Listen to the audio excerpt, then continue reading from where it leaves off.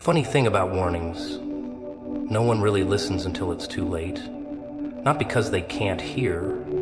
Oh no, they hear just fine. They just choose not to. You show them the edge, they still dance. You show them the fire, they still touch it, and then they scream when they burn. It's always the same. People think losses only come wrapped in death or betrayal. But sometimes the biggest losses walk out quietly, no drama, no exit music, just gone. And you're left staring at an empty seat that used to hold a miracle. And that's when the silence starts talking. Loud. Real loud. All right, let's dance with the truth. You ever notice how people only look up when the sky's falling, when the sirens wail, when the cracks spread in their perfect little plans? That's when they suddenly remember the heavens exist. But the whispers, the soft nudges, the tiny warnings, ignored, tossed aside like receipts from a bad decision. You see, when something sacred gives you a nudge, maybe it's a gut feeling, maybe it's that silence that suddenly feels too loud, it isn't casual. It's not your average Monday morning intuition. It's the kind of thing that doesn't scream because it doesn't need to. The protection is already there. The cover's already been paid for. But keep ignoring it, and that shield, it folds quietly, like a bodyguard who no longer steps in front of the bullet. People don't realize that when they're protected, they move different. They walk like the world owes them safety, like every risk will be caught, like the invisible hands will always catch them mid-fall. But that's the trick. That's the setup. The shield only stays where it's respected. The moment you act like you're invincible by your own merit, the moment you spit on the reason you're still breathing, still waking up to a roof, to breath, to balance, that's when the slow retreat begins, and no one notices. Not at first. The favor doesn't vanish with fireworks. It fades. Like a dying signal, like a friend backing away into a crowd. One decision at a time. And while you're laughing it off, convincing yourself that it's not that deep, the walls are thinning. You don't feel it yet, but soon you will. The protection doesn't leave you exposed overnight. It just doesn't intervene the same way anymore. You say something foolish, and for the first time, there are consequences. You step somewhere dangerous, and the fall actually hurts this time. You used to slip and bounce back. Now you slip, and something breaks. That's not life being cruel. That's life showing you what happens when you mute the warning. You ever lose someone important, not because of some grand betrayal, but because you just stopped listening? You assumed they'd always be there, always shielding, always defending, and one day they weren't. And you think they abandoned me, but really, you were the first to walk away. It's the same thing here. Ignore enough signs and even the divine gets quiet. Not because it's petty, but because permission is sacred. It won't force its way into deaf ears. See, people want miracles on demand. They want the covering, the victory, the breakthrough, but without the discipline. They want angels to fight for them while they flirt with fire. They want blessings without obedience. But the heavens don't do contracts with fools. You miss enough signs and the guards take a step back. You'll still be standing for a while, but the covering won't move when you do. And that's when it happens. Life hits, and suddenly you're not protected the way you used to be. Now you're sitting there wondering why everything feels off, why the peace is gone, why the doors are closing, the favor feels delayed, the chaos got louder, and you think it's just a rough patch. But no. That's the silence of absence. That's what it sounds like when the ones sent to protect you have turned their backs. Not out of spite, but because you kept turning yours first. You forgot who sent them, forgot what they were shielding you from. You stopped checking in, stopped aligning, and the cost, it creeps in. It's not loud, that's the thing. It's not a dramatic exit, it's not a thunderclap or a lightning strike. It's a stillness, a gap, a subtle shift. And by the time you notice, the hedge has holes. The wall is crumbling, and all the things you used to be shielded from, now they're waiting at your doorstep, licking their lips, because you weren't just covered by coincidence, you were being defended. And when you ignored the instructions, you gave up the defense. They warned you, they whispered, they nudged, but you wanted signs in neon. You wanted confirmation that fit your mood. And when it didn't come wrapped in the aesthetic you liked, you labeled it fake or dramatic or relevant. But now you're noticing, now that it's quiet, now that you're walking exposed, praying for what you once rejected. You want the protection back, but can you even hear the instruction this time? Or are you still scrolling, still dodging, still pretending the loss isn't real? Keep ignoring the divine, and even the mightiest will stop showing up to fight your battles, not because they stopped caring, but because you stopped listening. They say patience is a virtue, but what they don't tell you is how people treat you while you wait. See, everyone loves the result, the applause, the finish line, the golden confetti raining from some imaginary ceiling, but nobody talks about the in-between, the part where your voice gets hoarse from praying, where the silence is so thick it starts to echo, that uncomfortable middle chapter where you're not where you were, but you're definitely not where you're going. That's where people laugh. That's where they whisper. That's where they roll their eyes behind your back and say things like still at it, or maybe it's not meant for you.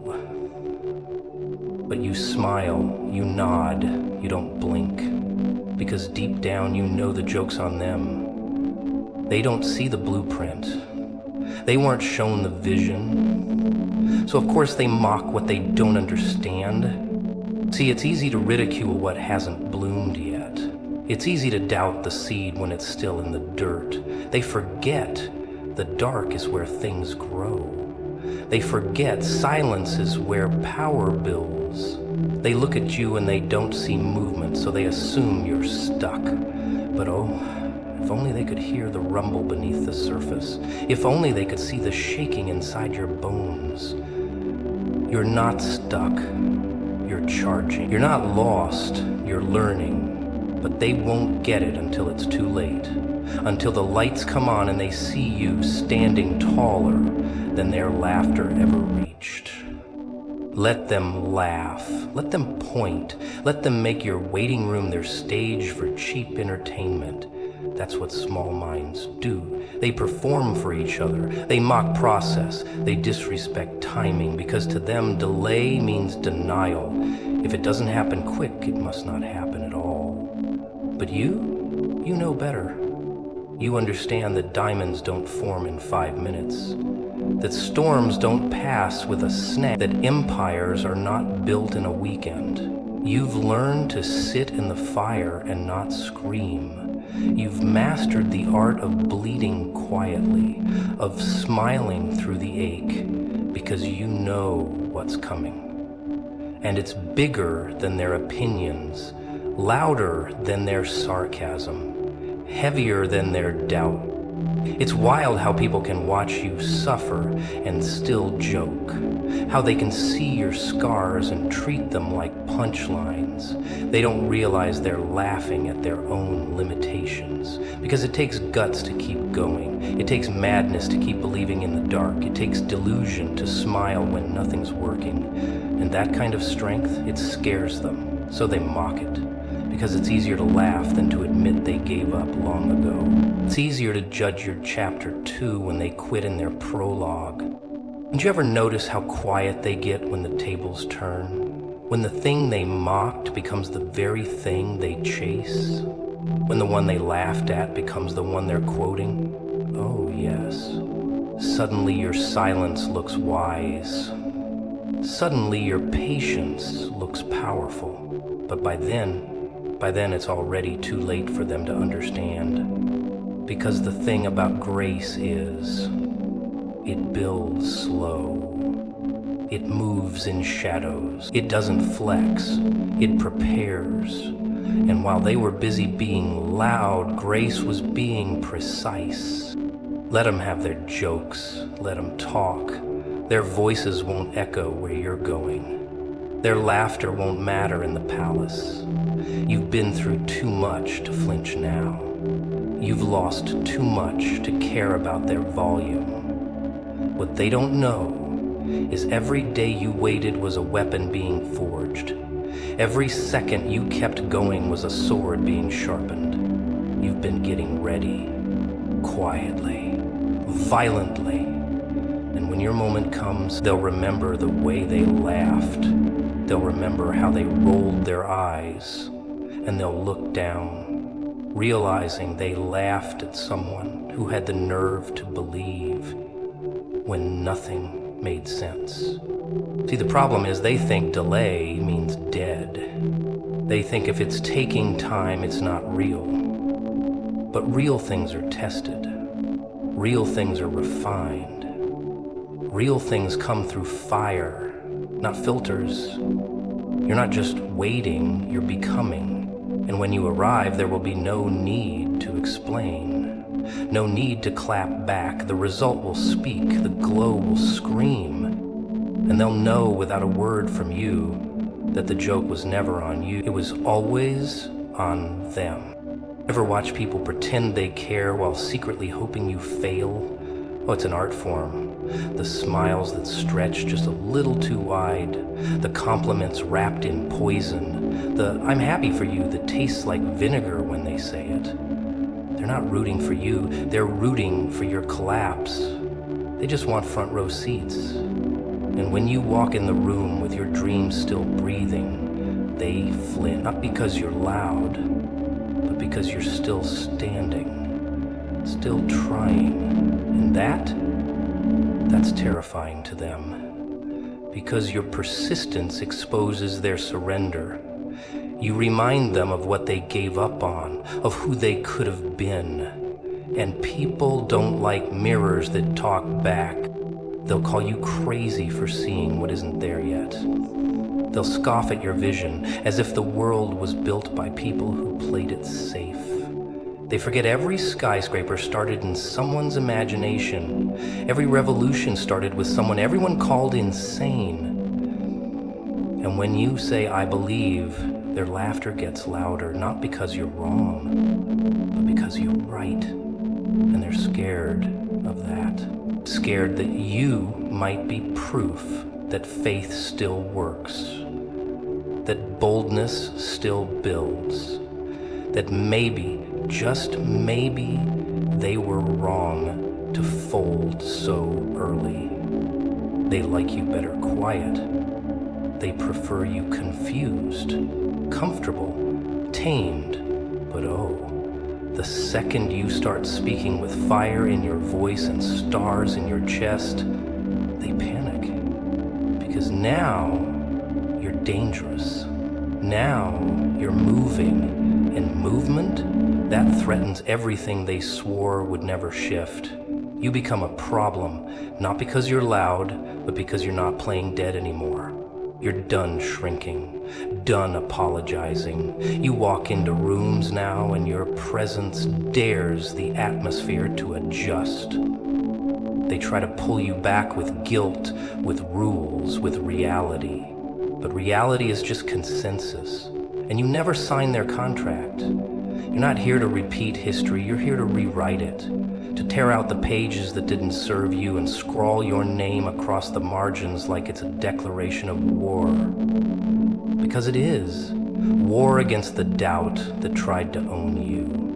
War against the fear that built cages around your ambition. War against every voice, internal or external, that told you not you. Especially them. The ones who say it's soft, say it's subtle. They slip it into conversations like venom in wine. People don't like when you change without their permission, when you grow past the box they buried you in. They throw your past at you like it's a collar meant to leash you. They'll remind you who you were because who you're becoming gives them nightmares. But let them remember, let them whisper, because while they're busy clinging to your history, you're making new headlines. And they won't be able to keep up. You've outgrown their version of you. And that burns. Oh, how it burns. They'll test you, provoke you, try to bait you into defending the very thing you were born to do. Don't waste breath explaining a blueprint they were never supposed to see. Some things are revealed by fire, not dialogue. So walk tall. Let your silence thunder. Let your moves confuse them. And when they ask what you're doing, just smile. Not because you owe them answers, but because they won't understand them anyway. They're not tuned into your frequency. You're playing symphonies and they're stuck humming lullaby. They think you're supposed to fail. That's the part that excites them. Your collapse validates their comfort. If you can't make it, they feel better about never trying. Your detour is their bedtime story. Your crash is their lullaby. But when you don't fall, when you rise instead, when you defy the script they wrote behind your back, that's when their world cracks. Because now you're living proof that it can be done, that it's still possible, that grit outlasts gossip, that fire wins over fog. So keep going, not to prove them wrong, but to prove you were always right to believe, because deep down you've always known. You weren't born to blend in. You weren't made to bow. You're not the echo. You're the original sound. And while they play it safe in the shadows, you were built for the spotlight, whether they like it or not. They all say time heals everything, don't they? Like pain is some polite guest that packs its bags and leaves after a few days. But what they don't tell you is sometimes time doesn't heal, it hides, buries, wraps the wound in smiles and handshakes and polite, I'm fine. And deep down the rot continues, a slow leak in the soul. It shows up in the little ways, the silent, you don't move the same, don't trust the same. Because what broke you didn't just break bones, it cracked your compass. Now you second-guess your direction, your worth, your place in a world that clapped when you stood up and whispered when you fell. They told you just be patient, as if waiting was a cure, as if patience isn't sometimes just another word for slow death. You sat in rooms filled with people, yet felt like the only one not breathing. You danced to music you didn't hear, smiled at jokes you didn't feel, and all the while you screamed inside a shell, too scared to shatter. But here's the twist. No one noticed. No one ever really notices until the explosion, until the calm one becomes chaos, until the silent one starts laughing too loud. That's when they look. That's when they care. Not when you're dying quietly, but when you bleed publicly. They say you've changed, like change is betrayal, like evolution is a crime. You didn't change, you survived. There's a difference. You became the weapon they tried to dull. You stopped apologizing for the fire in your chest and the storms in your head. And now that you roar instead of whisper, they call you too much. Funny how they only loved the version of you that begged for their validation. But the moment you stopped shrinking to fit their comfort zones, suddenly you're the victim. Good, every story needs one. You ever notice how they love to tell you what's impossible, not because they've tried, but because they're too scared to? Their doubts are not prophecies, they're projections. They see your ambition and it exposes their fear. They hear your dreams and it reminds them of their failures. So they try to clip your wings before you fly too high, not out of concern but control, because if you actually make it, if you actually win, then what does that say about them? That they had the same 24 hours, the same sky, the same chance, and chose comfort? They mock what they don't understand, laugh at what they fear, but deep down they see it. That madness in your eyes, that refusal to fold, that quiet rage that says, I'll keep going even if it kills me. You're dangerous because you've been to the edge, and instead of falling, you built a house there. You made peace with pain. You learned to turn heartbreak into battle cries and scars into strategies. They can't figure you out. And that makes you unpredictable. And unpredictable is uncontrollable. They tried to make you like them, tame, predictable, small. But they didn't realize you're the type to set fire to the box they tried to put you in. You don't fit because you weren't made to. You were never meant to follow their maps. You were born to draw your own. And the ink, it's made of everything they said would break you. Every no, every door slammed, every betrayal, every loss, every tear cried in silence. That's your ink now, and with it you write truth. The truth is, they never really wanted you to rise. They wanted you to perform, to entertain, to obey. But rise? No.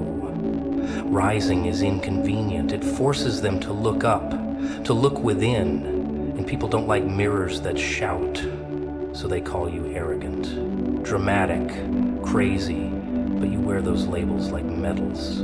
Because if being real, being raw, being relentless makes you the villain in their fairy tale, then let them write the story. Just make sure you're the part they'll never forget. You weren't supposed to make it this far, were you? You were supposed to quit, to crumble, to conform, but instead, you decided to burn, not out, but brighter. You walk through fire like it's your living room, and pain is just the price of admission to your next evolution. They thought they buried you, but they didn't know you were a seed. And now every root is a middle finger to the doubt they sold you in the name of love. Every leaf a lesson they couldn't teach because they never learned it themselves. You grew anyway. You bled and bloomed anyway. And now they have to watch, stunned, as the thing they tried to break becomes the very thing they wish they could become. Oh, they all love to talk about effort, don't they? Work hard and you'll make it. That's the sweet little lullaby they feed to the masses, as if effort alone writes the checks, opens the doors, breaks the chains. You try and try and try until your knuckles bleed and your breath's a whisper, and what do you get? A pat on the back if you're lucky. More often you get silence. Because effort without proof is invisible. No one claps for the sweating man in the shadows. They only cheer when you shine, not when you're buried under the weight of your dreams, clawing your way through the concrete with fingernails. And then there's this myth of fairness, that if you give your all, the universe will give it back, but the universe doesn't do trades. It does chaos, it does timing, it does randomness in a top hat laughing at your plans. You think just because you want something badly enough, it'll show up wrapped in a bow? No. Life doesn't owe you applause because you showed up early and stayed late. Sometimes it gives the win to the lazy one, the liar, the faker, the one with the better smile and fewer morals, and you're left clenching your teeth, nodding politely, pretending you're not burning from the inside out. But here's the real trick, the real magic they don't talk about. It's not just about effort, it's about perception. You can run faster, work harder, grind longer, but if no one sees you bleeding, they'll assume you're clean. They'll think you had it easy. They'll call it luck, and you'll want to scream, "Do you have any idea what it took for me to even stand here?" But you don't scream, you swallow, you smile. You play the game, because showing the pain makes people uncomfortable. And uncomfortable people don't clap. They retreat. They question. They turn you into a cautionary tale. You want the truth? Effort is a lonely road. There are no billboards, no maps, no milestones. Just you and the echo of your own footsteps, wondering if anyone will ever notice. And sometimes they won't. Sometimes you'll reach the finish line and no one will be there, not a soul, and you'll stand there breathless, victorious, and painfully alone. Because the world only sees the result. It never sees the war. It doesn't care how many nights you didn't sleep, how many tears stained your pillow, how many times you were told to quit. It only cares if you won. Not how. But there's something savage, something pure in putting in the work even when no one's watching. When you grind in the dark knowing there's no guarantee. When you hustle not for applause but because your soul has claws and your bones itch with purpose. That's the kind of effort that makes monsters out of men. That's the kind that doesn't ask for permission or approval. It just moves. Relentlessly, obsessively, like a fire that doesn't know how to go out. And don't think for a second they won't try to belittle it. When you do make it, they'll say you change. They'll say it was easy for you. Convenient memory loss. They forget how they ignored you, how they doubted you, how they laughed behind your back when you said you were going to be different. But now they want to sit next to you, get close to the flame without burning. But you remember every no, every door slammed, every fake smile, every little moment that screamed, "You don't belong here." That's what effort buys you. Memory. Steel-forged recall of the pain that built you. And if you fall, oh, if you fall, they come back like vultures. We knew it. He tried too hard, she should have known better. Because effort, when it fails, is comedy to the comfortable. They sit in their chairs and sip their drinks and joke about your collapse like they've earned the right to laugh. But they never even stepped on the field. They never bled, never broke, never even risked losing. And yet they act like critics of a performance they didn't buy a ticket for. So you keep going. Not because the world sees, not because it claps, but because there's something twistedly beautiful in trying anyway. In waking up, even when yesterday nearly killed you. In showing up with bruises and broken pieces and saying, "Let's go again." That's effort. Not the shiny, polished version. The ugly, raw, screaming kind. The kind that terrifies mediocrity. The kind they'll never understand until it's too late. Until they look up and see you towering over everything they thought was impossible.